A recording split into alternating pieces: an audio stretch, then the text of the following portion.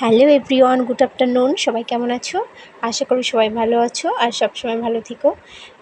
আর এই যে দেখছো, আমরা সবাই মিলে এসেছিলাম একটু রেস্টুরেন্টে খাওয়া দাওয়া করতে। আর হঠাৎ করে প্ল্যানটা হয়েছিল।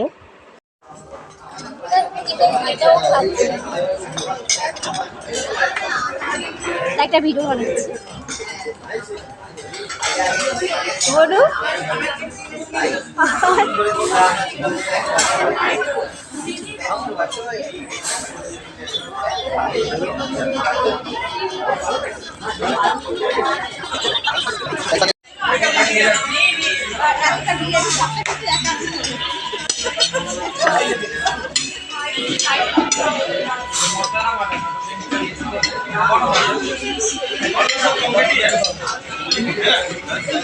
এই যে দেখো, তোমরা আবার ভেবো না যে আমরা এক প্লেট এক একজন খেয়ে নিয়েছি।